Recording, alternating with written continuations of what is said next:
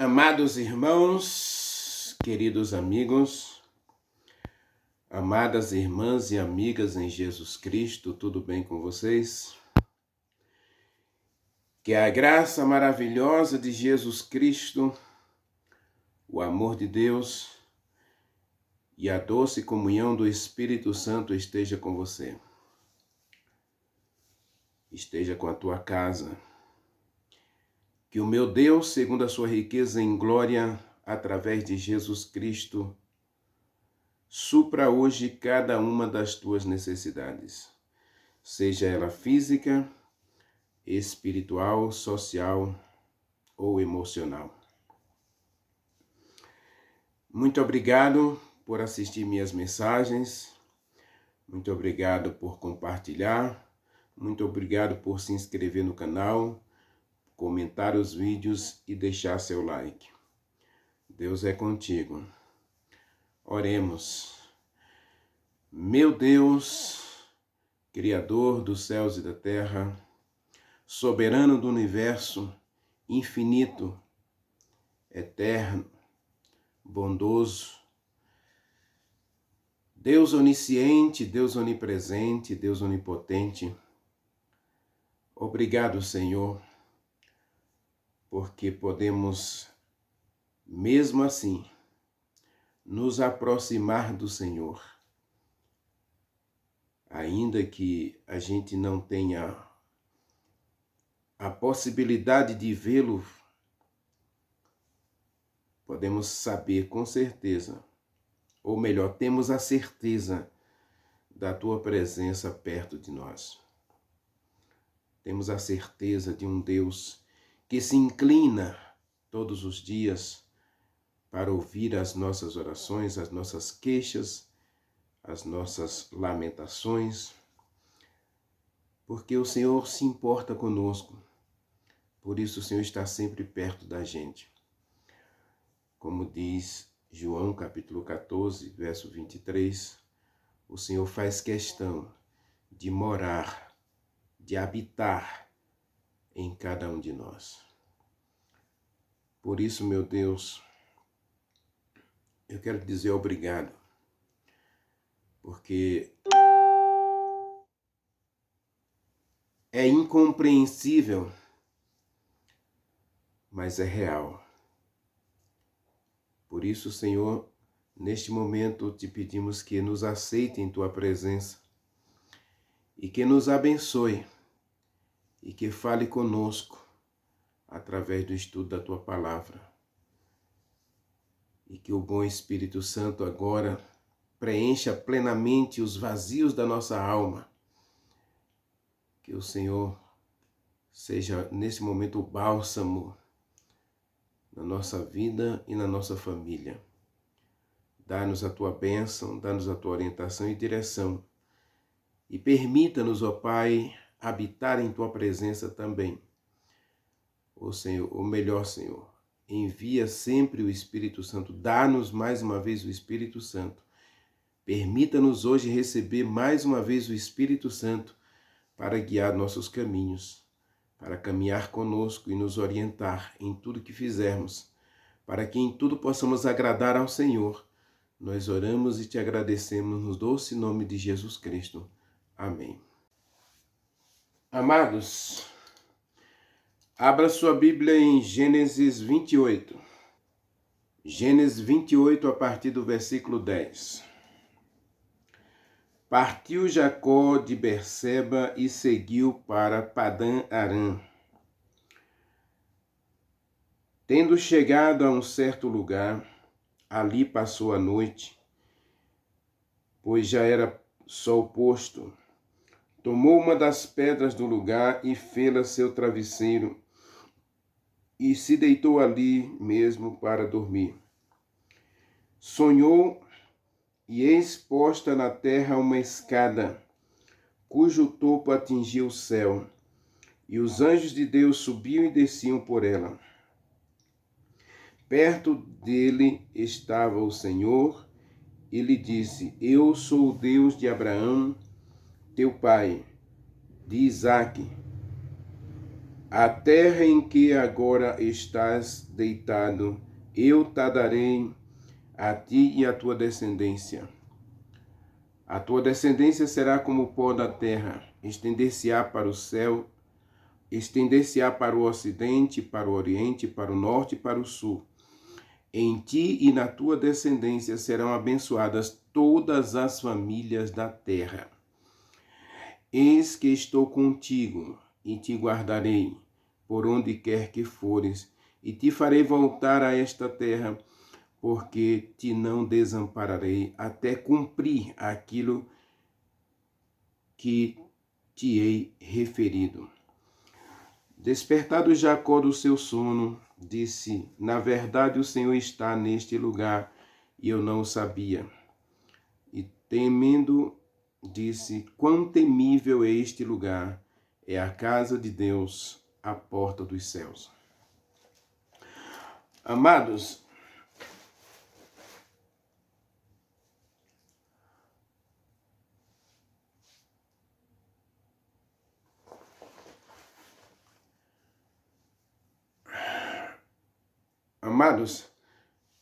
talvez a gente não esgote esse tema hoje e a gente precise fazer uma segunda parte, porque eu quero falar um pouquinho só sobre esse final aqui, porta do céu, casa de Deus, Betel. Mas vamos falar um pouquinho sobre a fuga de Jacó.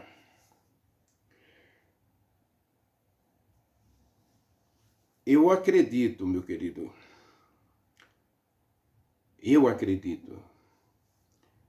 que Deus, Ele ama incondicionalmente o ser humano. Paulo vai dizer em Hebreus capítulo 12, capítulo 13, que Deus amou a Jacó e que Deus aborreceu a Esaú.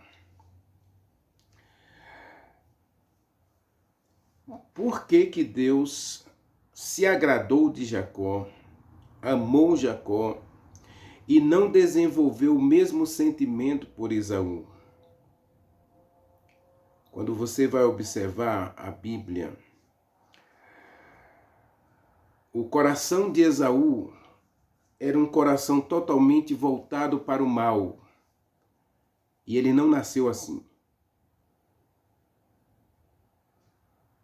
Porque se a gente observar o nascimento de Isaac e o nascimento de Ismael, você vai dizer que Deus é predestinalista. Se você analisar, se você olhar para o nascimento de Jacó e Esaú, você vai concluir que Deus é predestinalista. Mas, amados, não é assim. Existem duas coisas na Bíblia que a gente precisa entender. Deus criou o homem sem pecado, embora soubesse em sua onisciência que o homem iria pecar. Deus criou o diabo, Deus criou Lúcifer sem pecado, embora soubesse que ele iria desenvolver o pecado em seu coração. Então, quando a gente olha para a fuga de Jacó, a gente poderia concluir que se Deus é um Deus predestinalista, ele poderia simplesmente eliminar Esaú, eliminar Jacó, porque Jacó é trapaceiro, mentiroso, enganador, usurpador, zombador. Ele é tudo o que um ser humano é, pecador.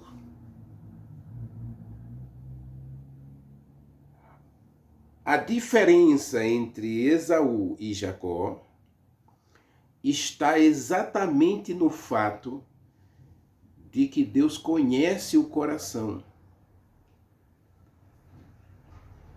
Deus conhece as tendências. Deus conhece os sentimentos. Os sentimentos de Esaú, diz Hebreus capítulo 13, eram sentimentos de maldade sem arrependimento.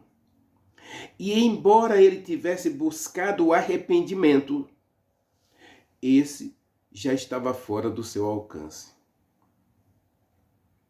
A diferença entre Lúcifer e os anjos que permaneceram no céu é justamente arrependimento. E Lúcifer se tornou o diabo porque ele nunca desenvolveu qualquer sentimento de arrependimento. A diferença entre você e eu e você, entre nós e Lúcifer, é justamente essa. Por que Deus vai levar pecadores para o céu e não perdoou a Lúcifer? Por que Deus vai levar pessoas como eu e você para o céu e não os anjos caídos? A palavrinha chama-se arrependimento. Há na vida de Jacó, e aqui o texto deixa isso muito claro, esse sentimento de reconhecer que Deus faz parte da sua vida. Há esse sentimento de que você, eu, todos nós, podemos desfrutar da presença de Deus se a gente tiver um coração sensível, aberto ao toque do Espírito Santo. Porque é o Espírito Santo que gera em nós a necessidade do arrependimento.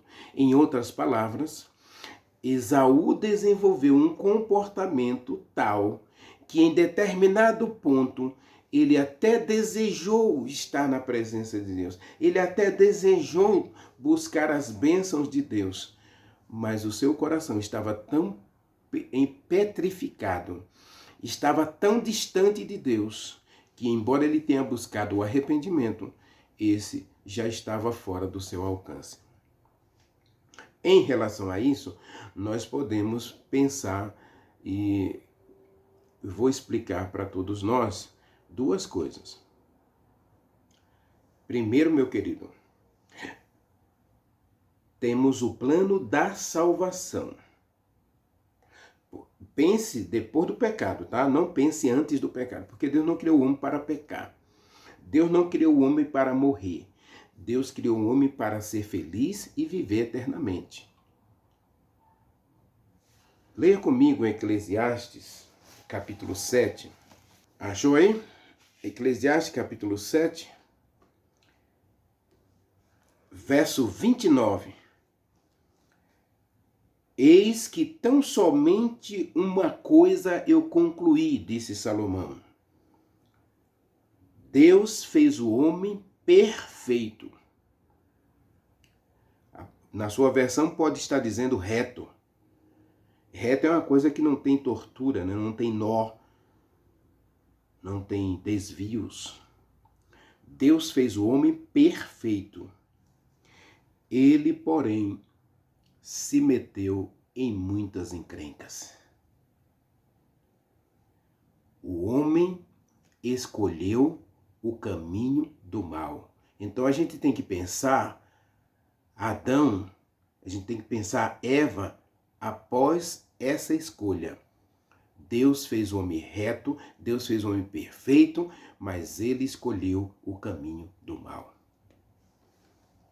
Aí nós temos que pensar o homem a partir daqui. E quando a gente pensa o homem a partir do pecado, a Bíblia vai mostrar Jacó, a Bíblia vai mostrar Esaú, a Bíblia vai mostrar Caim, a Bíblia vai mostrar Abel. É dito de Abel, é dito de Caim. Leia capítulo 4 de Gênesis, capítulo 4, verso 4 em diante. Trouxe Abel uma oferta das primícias do seu rebanho ao Senhor, e agradou-se o Senhor de Abel e da sua oferta. Verso 5. Ao passo que de Caim Deus não se agradou. e nem da sua oferta. Se a gente analisar desse ponto de vista, você percebe duas coisas. Primeiro, o plano da salvação é para todos. A Gênesis capítulo 28, a gente viu, em você serão abençoadas todas as famílias da terra. Deus não escolhe Jacó porque ele é perfeito. Deus não escolhe Jacó porque ele não erra. Deus não escolhe Jacó porque ele faz tudo conforme a vontade de Deus, porque ele está aí sendo perfeitamente obediente a Deus. Não. Deus escolhe Jacó porque é um pecador que está aberto, sensível à voz de Deus. Está aberto, ele é sensível ao plano de Deus. Assim como Deus escolheu Abel, assim como Deus escolheu Sete, assim como Deus escolheu Abraão, assim como Deus escolheu Isaac e não Ismael. Deus não é predestinalista do ponto de vista de escolher uns para se salvar, outros para se perder. Mesmo porque, meu querido, eu não creio que Ismael não vai ser salvo. Eu creio que Ismael estará entre os salvos.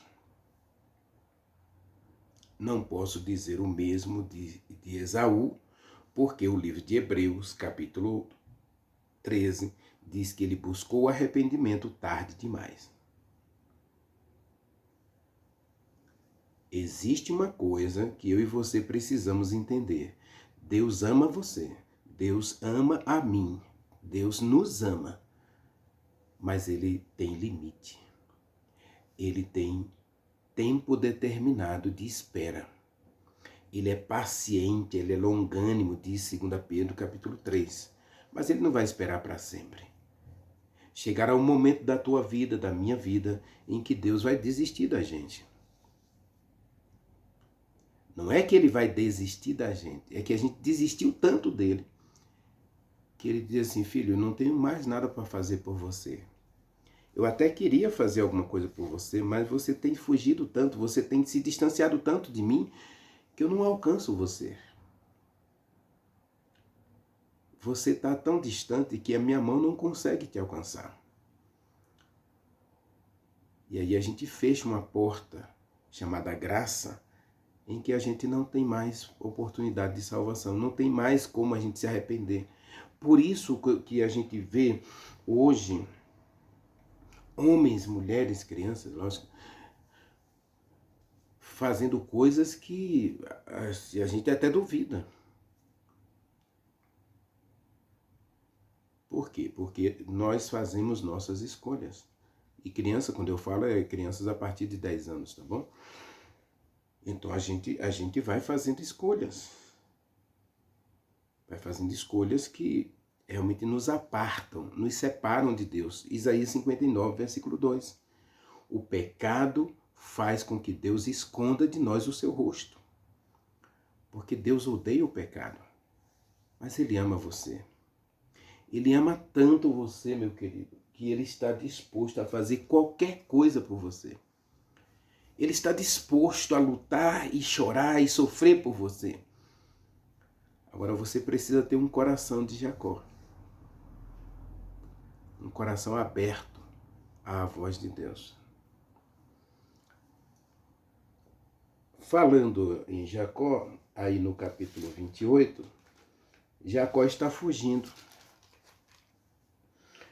Ele está fugindo do seu irmão Esaú. E ele tem um encontro pessoal com Deus. Eu gosto desses textos da Bíblia, meu querido, porque eu sempre digo aqui no canal, nós precisamos de uma religião pessoal. Nós precisamos de uma religião em que você tem seu momento a sós com Deus. Você tem seus embates, você tem seus questionamentos, então você se coloca na presença de Deus. Isaías capítulo 1, versículo 18, Deus diz, venham, vamos questionar juntos. Apresente suas queixas, Isaías também 43, Outros textos de Isaías, Deus convida o povo a sentar diante dele, a questionar, a fazer suas perguntas, porque ele está disposto a responder. Sabe qual é o grande problema nosso? É que a gente gosta de uma religião de massa. A gente gosta de igrejas cheias. A gente gosta de estar no meio da multidão. E eu tenho um problema que eu tenho dificuldade de acreditar nessa religião da multidão. Nessa fé que a multidão apresenta. Porque a multidão, ela gosta de dizer que tem fé porque ela está vendo ali milhares de pessoas, né? A multidão seguindo uma direção. E a história da Bíblia, meu querido, mostra que Deus, ele raras vezes se manifesta de modo individual e personalizado na multidão. Raras vezes. Leia a Bíblia. Gideão tinha 36 mil soldados. Pronto, Senhor, estamos prontos aqui, vamos batalhar e vamos vencer essa guerra. Deus disse, não, eu não vou ser glorificado nessa multidão, não. Para com isso. Quem tiver com medo aí, ó, quem tiver duvidando de mim, manda de volta para casa. E Gideão falou para o povo, olha, Deus disse assim, quem tiver com medo, vá para casa. 20 mil. Pegou sua mochila, ó, e foi para casa. 20 mil, meu querido. Já pensou? Deus disse, tá, tem gente demais ainda. Leva o povo para beber água. Quem agachar para beber água, manda para casa. Quase 16 mil. 15.700 pessoas agacharam para beber água. Manda para casa. Esse povo não serve para lutar. Eu não vou ser glorificado nesse povo. 300 homens. Meu querido, a multidão de filisteus era como a areia do mar. Gideão com 300 homens.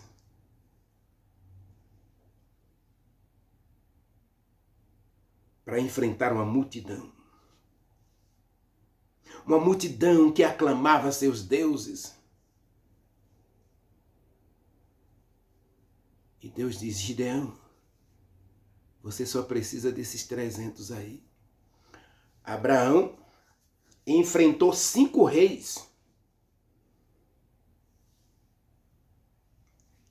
Com 320 homens. Em Jacó, nós encontramos um momento em que ele está só com Deus. E Deus se manifesta a ele. Ele se manifesta dizendo para ele, eu estou aqui. Eu sou Deus. Essa expressão, eu sou Deus de Abraão, de Isaac, é que Deus está dizendo, eu sou. Nessa expressão, nós podemos dizer, meu querido, que Deus conhece a gente. E apesar do pecado, que eu comecei explicando, a gente tem que pensar após o pecado, né? Deus não é predestinalista, escolhendo uns para se salvar, outros para se perder. A escolha é humana. Os caminhos são nossos.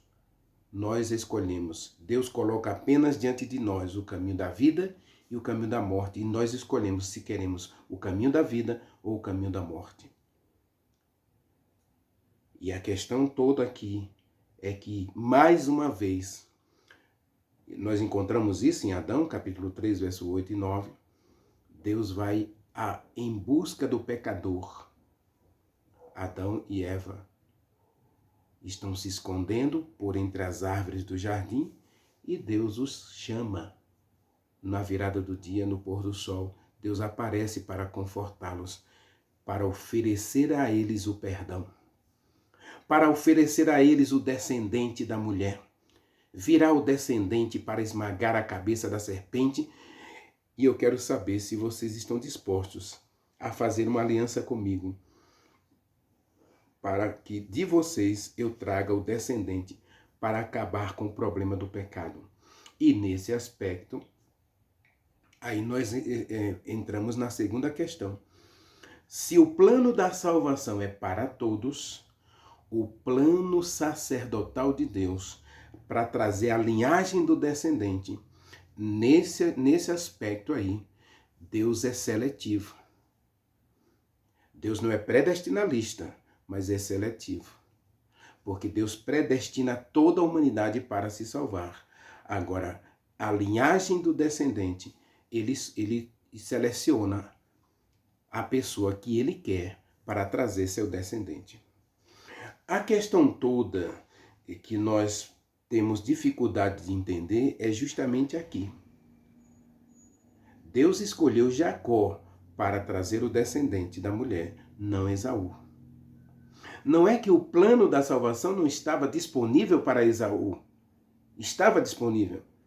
A questão é saber se Esaú vai aceitar o plano da salvação. Eu tenho certeza que Agar e Ismael aceitaram. Não é à toa, meu querido, que a Bíblia tem 2 encontros de Deus com Agar, dizendo: eu vou te abençoar, eu vou guiar você, eu vou fazer de você uma grande nação.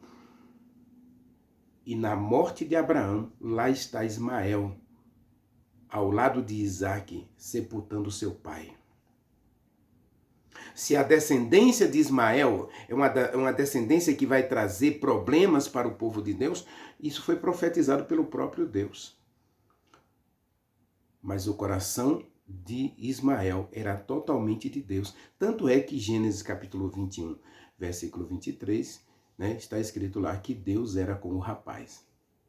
Deus era com Ismael. Então eu não posso duvidar da salvação de Ismael. Agora, Ismael não é o escolhido para trazer o descendente. Nesse contexto, Deus é seletivo. A gente vai ver isso na história do próprio Jacó. Deus não escolhe Rúben para trazer o descendente. Deus não escolhe Levi, que vai ficar com o sacerdócio, para trazer o descendente. Deus vai escolher Judá. Judá, que é um daqueles que vai cometer vários errinhos aí e vai dormir com a própria nora. A questão é que a gente tem que ver, meu querido, a história do ponto de vista do pecado. Infelizmente, a gente tem que pensar assim. Porque senão Deus não escolheria Jacó. Apesar do pecado, Deus ainda acredita no ser humano a ponto de usar o ser humano para trazer seu descendente. Jacó é o escolhido de Deus apesar do pecado. Então Deus vai em busca de Jacó que está fugindo. E Jacó está indo para uma região de pessoas idólatras, de pessoas que não buscam a Deus. Então Deus aparece a Jacó para dizer para ele: eu sou Deus. Eu sou o Deus de teu pai Abraão, eu sou o Deus de Isaque. Eu estou com você. Eu vou contigo, Arã. Eu vou te guiar. E aqui nós encontramos a resposta de Jacó, nós encontramos um homem que o coração é sensível à voz de Deus. Nós encontramos um homem que ouve a voz de Deus, que percebe os planos de Deus e que aceita a direção de Deus. Gênesis 28, a partir do versículo 10, nós encontramos. E qual foi a resposta de Jacó? Verso 16. Despertado Jacó do seu sono, disse consigo mesmo, né? Na verdade, o Senhor está aqui comigo e eu não sabia. Lógico que Jacó está fugindo e nesse momento a sua religião está fraquejada pelas escolhas erradas dele e da sua mãe. Não é falta de fé, meu querido, não é falta de não é incredulidade, não é falta de fé quando muitas vezes você começa a perder de vista o Deus que está conduzindo você. Não é falta de fé nem incredulidade quando você se sente fraco, sem vontade de orar, sem vontade de ir à igreja. Não é falta de fé nem incredulidade quando você se vê doente e você duvida que Deus esteja guiando você porque permitiu que você adoecesse.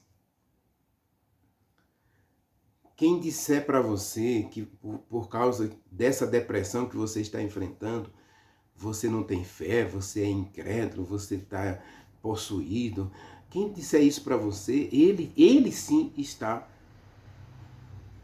lutando contra Deus.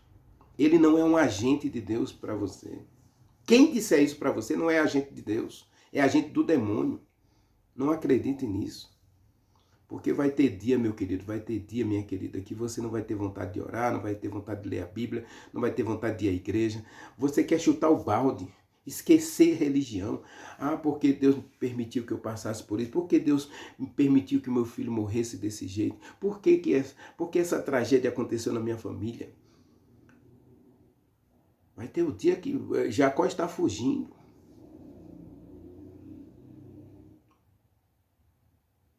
E ele não está fugindo só de Ismael, não. Ele está fugindo de tudo.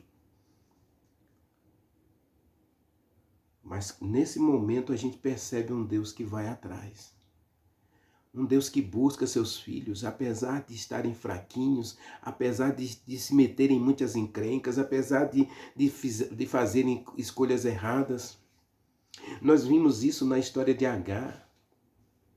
Um Deus que vai para o deserto em busca de Agar. Não uma vez, mas 2 vezes. Agar, levante o rapaz, porque eu quero fazer uma grande obra na vida de vocês. É isso que Deus está dizendo para mim e para você na história de Jacó aqui. Jacó está fugindo, mas Deus vai atrás. Porque Ele ama você, Ele ama a mim, Ele nos ama.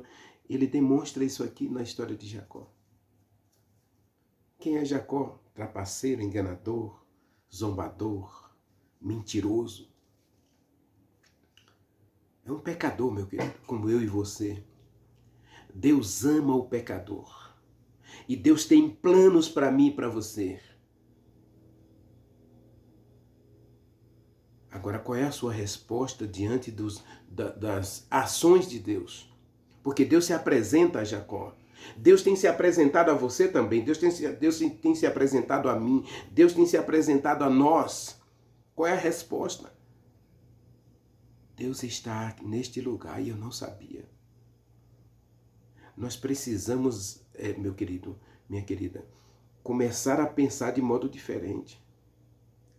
Davi, ele vai concluir no Salmo 16 e 17, que a gente vive na presença de Deus. E aí, quando eu digo que a gente vive na presença de Deus, aí você vai perceber um Jacó diferente a partir daqui. Quando a gente percebe que Jacó tem um encontro com Deus aqui, a gente não encontra mais o Jacó a partir de Betel. A gente não encontra mais um Jacó disposto a mentir, disposto a trapacear, zombar, enganar. Não. Nós encontramos um Jacó agora que vai desenvolver um comportamento honesto. Ele vai sofrer as consequências dessas escolhas, é verdade. Porque quando a gente tem um encontro com Deus, meu querido, e decide andar na presença de Deus, quando a gente vem a Betel, temos que falar um pouquinho sobre Betel amanhã, mas quando a gente tem um encontro de Deus em Betel, a nossa vida tem que mudar. Vai mudar, meu querido. Porque você percebe que Deus está guiando você. Você percebe que você anda na direção de Deus, sob os cuidados de Deus. Aí, o seu comportamento, as suas palavras, tudo vai mudar na sua vida. Porque a gente não encontra mais um desvio de comportamento em Jacó depois de Betel. Qual é a sua resposta para Deus hoje? Porque Deus está falando com você. Deus está falando comigo. Qual é a sua resposta? O Senhor está neste lugar e eu não sabia. Meu querido, Deus está falando comigo e com você. Ele está em Betel. E eles têm levado você até Betel. Ore comigo, maravilhoso Deus, meu querido Pai. Obrigado, Senhor, porque o Senhor nos predestinou a todos para a salvação. E se o Senhor selecionou alguns para trazer o Messias, obrigado porque o Senhor visitou Jacó. Obrigado porque o Senhor visitou Tamar. O Senhor visitou Judá. O Senhor visitou tantos homens e mulheres no passado pecadores. E da descendência deles o Senhor trouxe Jesus Cristo para nos salvar. Isso mostra porque o Senhor sempre esteve perto da gente e nunca desistiu do ser humano, apesar de sermos pecadores. Obrigado, meu Deus. E se o Senhor hoje está nos conduzindo a Betel, queremos, Senhor, ser transformados em Betel. Queremos ser guiados pelo Senhor a partir de Betel. Dá-nos, ó Pai, a tua direção para este dia e a tua bênção. Dá-nos um novo coração através do Espírito Santo. Nós oramos e te agradecemos em nome de Jesus Cristo. Amém.